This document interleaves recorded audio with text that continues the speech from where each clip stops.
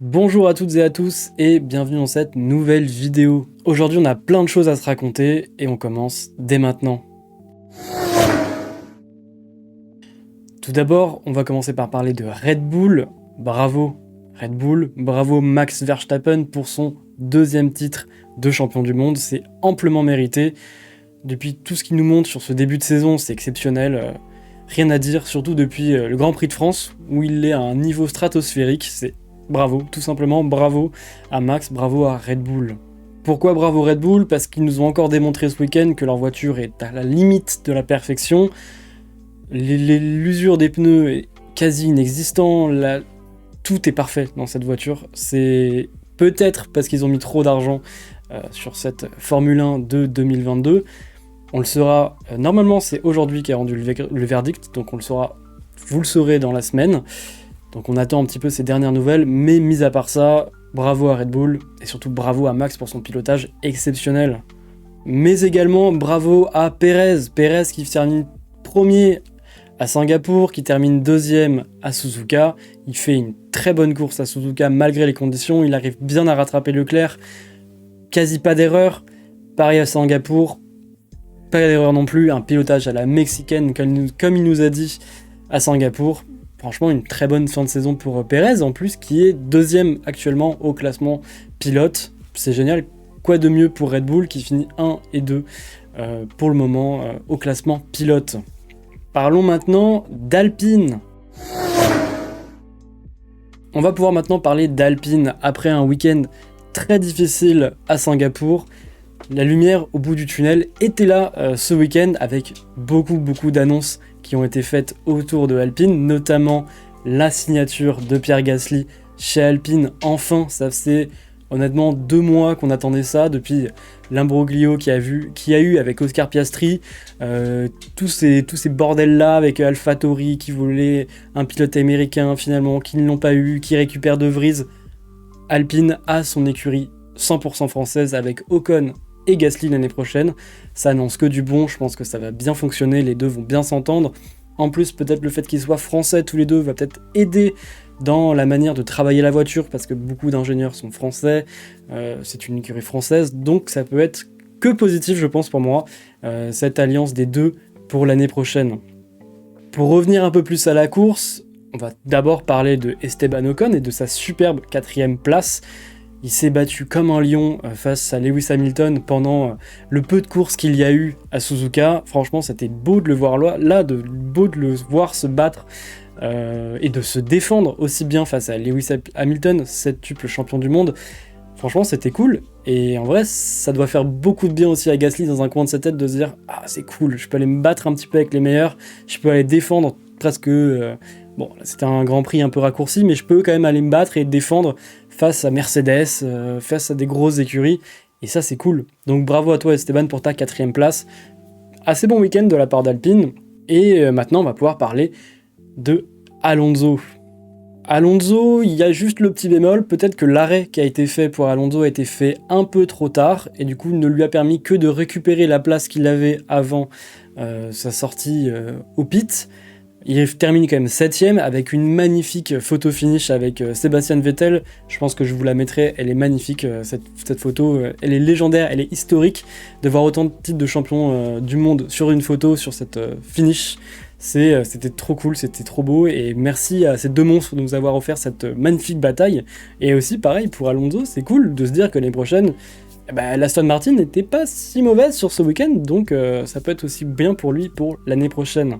Ce qui fait que Alpine reprend sa 4e place au classement constructeur avec 143 points au classement, et qui compte maintenant 13 points d'avance sur son concurrent direct McLaren. McLaren qui les avait dépassés à Singapour après ce week-end noir pour Alpine et ce très bon résultat de McLaren à Singapour.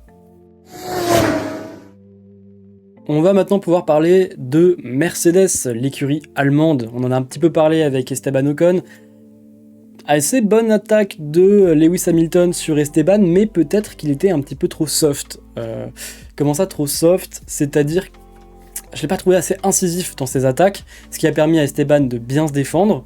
Après, les conditions n'étaient pas optimales pour Mercedes, mais c'est vrai que ça fait quand même 2 week-ends où ils auraient pu faire des choses un peu meilleures, où ça a été un peu plus compliqué, notamment pour Lewis, et encore plus pour Russell. Russell a fait une très bonne début de saison, il a fait une très bonne saison au global sur sa première année chez Mercedes. On sent que là il est un peu plus dans le dur, notamment à Singapour où il était presque dernier. Il était un petit peu au fond du trou. Là, il a fini 8ème sans pouvoir montrer un gros rythme, sans pouvoir aller se battre, notamment avec les Aston et les Alpines, ce qui est un petit peu dommageable pour Russell. Ça lui retire en rien cette bonne saison qu'il fait chez Mercedes, sachant que la voiture était quand même beaucoup moins bonne que Ferrari et Red Bull. D'un côté, personne ne peut être au-dessus de Red Bull cette année, tellement la voiture était complètement dingue. Pour Mercedes, ça va être un peu plus compliqué, car la seule manière dont ils auraient pu gagner, je pense, sur cette saison, c'était à Singapour, un circuit qui les convenait parfaitement. Là, il en reste peu, il reste Austin, il reste Mexico, il reste le Brésil, il reste Abu Dhabi. Je pense qu'il n'y a que le Brésil où Mercedes peut encore espérer faire un très bon résultat, mais qui sait, ils peuvent encore nous faire mentir. En tout cas, je l'espère. C'est quand même un peu dur pour Mercedes parce qu'ils étaient presque à rien de récupérer la 2ème place au classement constructeur, ce qui aurait été inespéré au vu du début de saison qu'ils ont fait face à Ferrari et face à Red Bull. Je pense que là ça va être compliqué. Ils vont au moins sécuriser une 3ème bonne place au classement constructeur, ce qui est quand même déjà pas mal parce que on a quand même beaucoup raillé cette Mercedes qui a été quand même moins performante, beaucoup plus difficile pour les deux pilotes, pour Hamilton et pour Russell sur ce début de saison. Donc franchement, une 3ème place, c'est pas ouf pour Mercedes, mais c'est quand même pas mal au vu de la saison. On va maintenant pouvoir parler de Ferrari. Ferrari, c'était dur. C'était dur pour Ferrari, on l'a vu. On a vu Charles Leclerc qui a galéré avec ses pneus en fin de course. Il a été poussé à la faute par Sergio Pérez à la toute fin de Grand Prix, ce qui lui a permis d'accéder à la 2ème place et de faire rétrograder Charles à la 3ème. Ça a été assez compliqué tout au long de la course, sachant qu'en plus Carlos est sorti au premier tour, sous des conditions assez difficiles. On a vu l'accident de Carlos, on a de la chance qu'il aille bien, parce que le choc était assez violent sous cette pluie. Avec cette 3ème place de Charles Leclerc, ça offre donc directement le titre de champion du monde à Max. Honnêtement, c'est pas du tout volé, comme je l'ai dit un petit peu plus tôt. Le titre de champion du monde de Max, c'était qu'une question de temps en soi, c'était soit ça arrivait à Singapour, soit ça arrivait à Suzuka, soit ça allait arriver à Austin, mais c'était sûr et certain que Max allait être champion du monde. Même Charles l'a dit, il doit être déçu certes, mais il n'y avait rien à faire face à la Red Bull et face au talent de pilotage de Max Verstappen. Maintenant, Ferrari compte plus de 70 points d'avance au classement constructeur face à son concurrent le plus proche, Mercedes. J'espère voir encore Charles gagner une course jusqu'à la fin de la saison, ça serait l'unique objectif qu'il leur reste, et de sécuriser évidemment la 2ème place, qui n'est complètement pas acquise, même s'il y a de bonnes chances qu'il l'ait. J'espère voir du coup Charles gagner un Grand Prix, et j'espère surtout que Carlos va s'améliorer, parce que je trouve que Sainz c'est quand même dans le dur ces derniers temps. On sait que c'est un pilote qui marche à la confiance, notamment ici la confiance ça a l'air d'être au plus bas. Il n'avait pas du tout le rythme à Singapour pour suivre Leclerc alors qu'ils ont la même voiture. Là il sort premier tour, c'est compliqué pour Carlos en ce moment. On espère le voir un peu mieux parce que ça peut être un peu dangereux aussi pour lui et pour son futur, parce que je le trouve quand même beaucoup moins bon que Leclerc. Après ce n'est que mon avis, mais je le trouve quand même moins bon, et j'aimerais que l'année prochaine on ait 2 pilotes ultra compétitifs chez Ferrari. Pas que je sois un fan de Ferrari, c'est juste que j'aime bien la F1 en général, donc j'aime bien toutes les équipes et j'aime qu'ils réussissent tous. Mais en tout cas voilà, j'aimerais bien que Carlos élève son niveau pour pouvoir avoir une grande bataille l'année prochaine entre les Red Bull, entre les Mercedes, entre les Ferrari et Alpine, j'espère. J'espère qu'Alpine va pouvoir intégrer la grosse course globale. On va aussi parler des premiers points de la saison de Nicolas Latifi. Il finit avec une 9ème place, qui lui vaut 2 points. Il remonte à la 20ème place au classement pilote. En vrai, c'est cool parce que c'est la dernière saison de Latifi. Il galère depuis tellement de temps. Je sais que j'ai beaucoup parlé de Latifi et en mal sur le début des vidéos parce que je trouve que c'est un pilote qui fait énormément d'erreurs. Mais il a des points, il va pouvoir partir, pas heureux, pas conquis, pas comme s'il avait gagné un grand prix, mais il va pouvoir partir de Williams en se disant « j'ai marqué des points, je ne pars pas à zéro. Et ça, c'est cool pour lui. Et c'est cool aussi pour Williams, parce que je trouve que ce qu'ils font cette année, c'est pas dégueu. Albon a montré plusieurs fois au cours de la saison que c'était un bon pilote. Et là, c'est cool quand même que Latifi ramène des points. Et c'est cool pour Williams. Voilà. C'était aussi une très bonne course de Sébastien Vettel, le vétéran qui part à la retraite à la fin de la saison. Pourquoi tu pars, Sébastien? On t'aime, on veut que tu restes encore une année de plus. Pourquoi pas aller récupérer le dernier baquet de libre, le baquet de chez Williams, même si je sais que tu as pris ta retraite. Ça fait chier, parce que tu as montré encore que t'en avais encore sous le capot. Tu finis avec une magnifique 6ème place. Tu es pilote du jour. Magnifique combat avec Alonso sur la fin de course. Voilà, c'est aussi un bon résultat pour Aston, qui reprend pas mal de points au classement constructeur. Et à noter aussi, même si ça n'a pas fini dans les points, le très très bon départ du pilote canadien Stroll au départ de Suzuka sous la pluie. On sait que c'est des conditions qu'il apprécie plus que tout, et franchement, il montre quand même qu'il a un grain de pilote et qui mérite aussi sa place parmi les 20 pilotes de F1. On l'a dit, les points gagnés par Vettel à la 6ème place à Suzuka leur permet d'être à 7 points seulement d'Alfa Romeo au classement constructeur. Alfa Romeo qui galère quand même en ce moment, c'est très compliqué. Ils ont marqué que 1 point à Monza avec Wang Yuzo. Ça a été compliqué, c'est compliqué encore cette course-là. Bottas, on a l'impression qu'il est plus dedans. Il a été sorti à Spa par Latifi. C'est compliqué pour Alfa. Mais en tout cas, voilà, c'est cool pour Aston Martin qui va peut-être pouvoir récupérer une place au classement constructeur jusqu'à la fin de la saison. En tout cas, on leur souhaite. Je le souhaite aussi pour Alonso pour l'année prochaine. On va maintenant pouvoir parler du plus gros point noir de ce week-end. Et malheureusement, j'ai l'impression que c'est récurrent. C'est la FIA. C'est n'importe quoi. C'est complètement n'importe quoi. Là, on a eu un camion, un tracteur, une grue sur la piste sous la pluie, alors qu'il y avait les pilotes encore en course. C'est complètement n'importe quoi, c'est pas normal. On va parler point par point de ce qui s'est mal passé avec la FIA, parce qu'il y a eu plusieurs choses que la FIA a bien gérées ce week-end. C'est cool, c'est pas cool du tout. La FIA, vous êtes nuls. C'est indécent de prendre déjà ces décisions. C'est indécent d'avoir ce genre d'action et de voir ça encore en piste. De voir une grue, de voir un tracteur à Suzuka, ça rappelle de très très mauvais souvenirs. C'est pas normal. C'est pas normal et du coup on va parler de ça tout de suite. On a surtout vu, avec ces problèmes de la FIA, on a vu un Gasly hors de lui. On a eu un Gasly, je crois que je n'ai jamais vu Gasly aussi énervé de toute ma vie. Et ce qui est compréhensible, en 2014, on va rappeler un petit peu les faits, Jules Bianchi a perdu la vie à Suzuka à cause d'un tracteur sur la piste. Et là, il y avait un tracteur sous la piste, sur la piste, sous la pluie. Et quand on voit les images, on voit une visibilité qui était quasi nulle. Et Gasly a failli percuter ce dit camion sur la piste. Tous les pilotes se sont plaints de ce camion sur la piste. Et la FIA a jugé bon de sanctionner Pierre Gasly sur cet incident. Il a du coup 20 secondes de pénalité à l'arrivée et il a aussi perdu 2 points sur sa super licence. Donc la super licence, elle compte 11 points, c'est ce qui permet au pilote de piloter en Formule 1. Et donc on lui a retiré 2 points, donc il ne lui reste plus que 9 sur sa super licence. Cet incident, donc, c'est une honte de la part de la FIA. Plusieurs pilotes ont pris la parole, notamment pendant l'interruption de la course. Il y a eu 2 tweets. Il y a eu celui de Lando Norris, que je vous mets juste ici.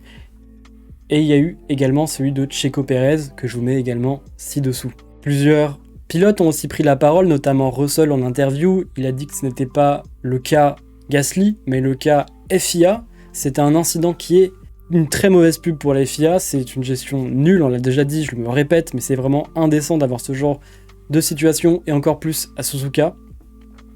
Il se serait même dit que Russell aurait appelé le président de la FIA pendant l'interruption de la course pour se plaindre des engins non autorisés.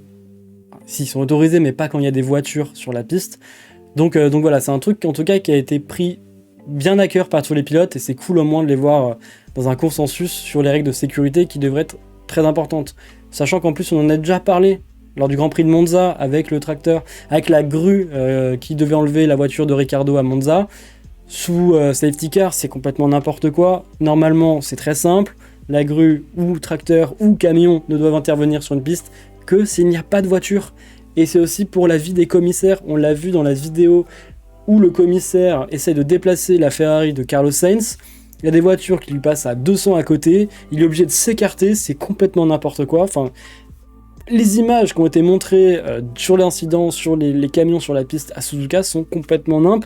Sachant qu'en plus, il pleuvait. À tout moment, on perd les freins. À tout moment, quand on appuie un peu trop fort sur la voiture pour freiner, ça part en tête à queue. C'est indécent, c'est n'importe quoi.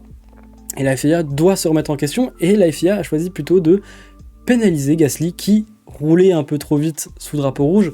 Donc oui, Gasly roulait trop vite sous drapeau rouge, mais non, Gasly ne pouvait pas freiner. S'il freinait, aquaplaning, c'est fini, on n'avait plus de Gasly chez Alpine, et ça aurait été horrible. Et c'est tout ce qu'on souhaite, c'est que tout aille bien, que Gasly aille bien. Et il l'a même dit en interview auprès de Canal, c'était moi j'étais énervé et la seule chose à laquelle je pense c'est de pouvoir appeler mes parents, leur dire que je vais bien. Et c'est ça qu'on veut, c'est qu'on veut qu'un pilote il sait les risques qu'il prend en montant dans une voiture, mais on veut aussi se dire que s'il rentre, c'est pas à cause d'un putain de camion qui était sur la piste. Donc on l'a dit, Russell a dit que c'était l'incident de la FIA et non l'incident de Gasly. Leclerc aussi au micro a jugé que c'était inacceptable d'avoir un engin sur la piste. Vettel également, on lui a rappelé les incidents malheureux de 2014 avec Jules Bianchi, et ce à quoi Vettel répond « Malheureusement, j'ai l'impression qu'on s'en souvient pas assez. C'est triste de plus avoir ça en tête, surtout à Suzuka. » On a même eu les mots du père de Jules Bianchi sur Instagram, qui dit, je vais vous le lire, c'est irrespectueux, aucun respect pour la vie des pilotes et aucun respect pour la mémoire de Jules. C'est des mots très forts, horribles, qu'on aurait aimé ne jamais avoir à relire, mais malheureusement c'est le cas, la FIA a chié.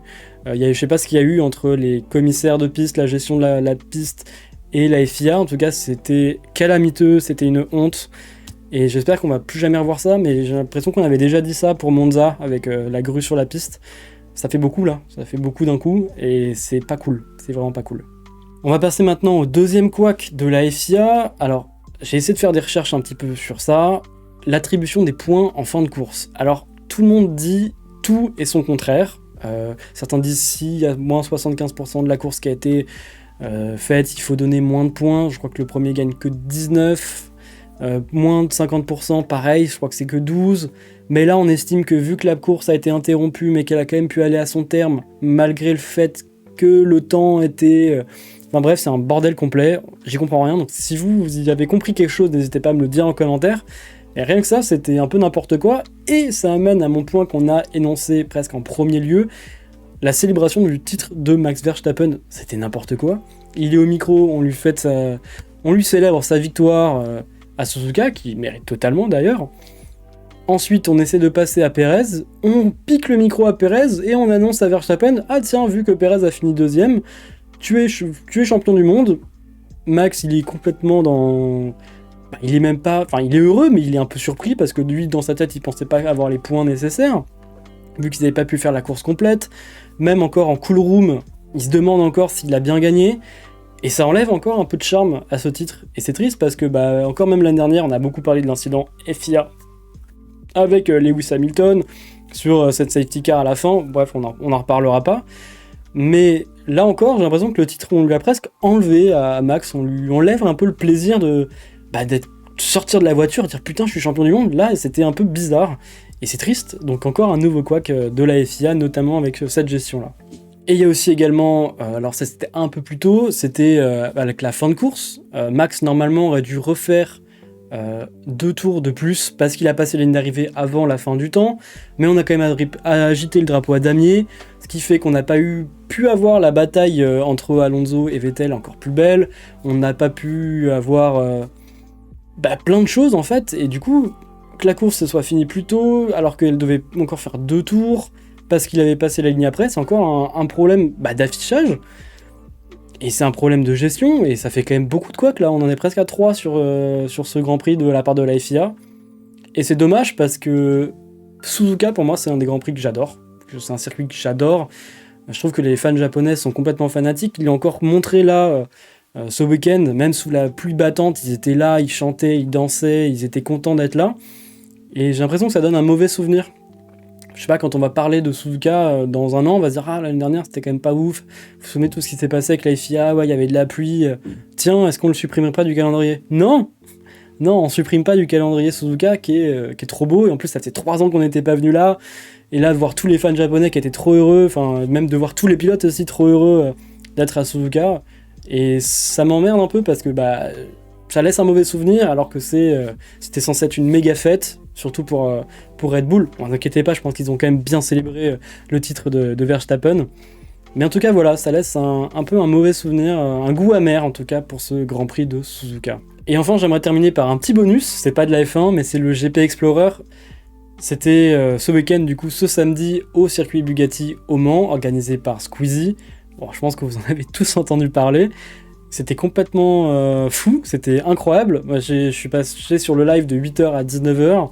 La gestion du live, la gestion de la course, l'organisation était, je trouve, plutôt bien, en tout cas d'un point de vue spectateur. Je sais que sur place, c'était un peu plus compliqué avec... je pense qu'il y avait un petit peu trop de monde comparé à l'organisation. Mais en tout cas, c'est cool, ça veut dire qu'il y avait quand même énormément de monde. Il y avait plus de 37 000 personnes sur place, plus d'1 million en live au moment de la course était complètement dingue, les qualifs étaient complètement dingues, entre du coup Despiello qui a fait la pole et Sylvain Lévy de Villebrequin qui a gagné la course.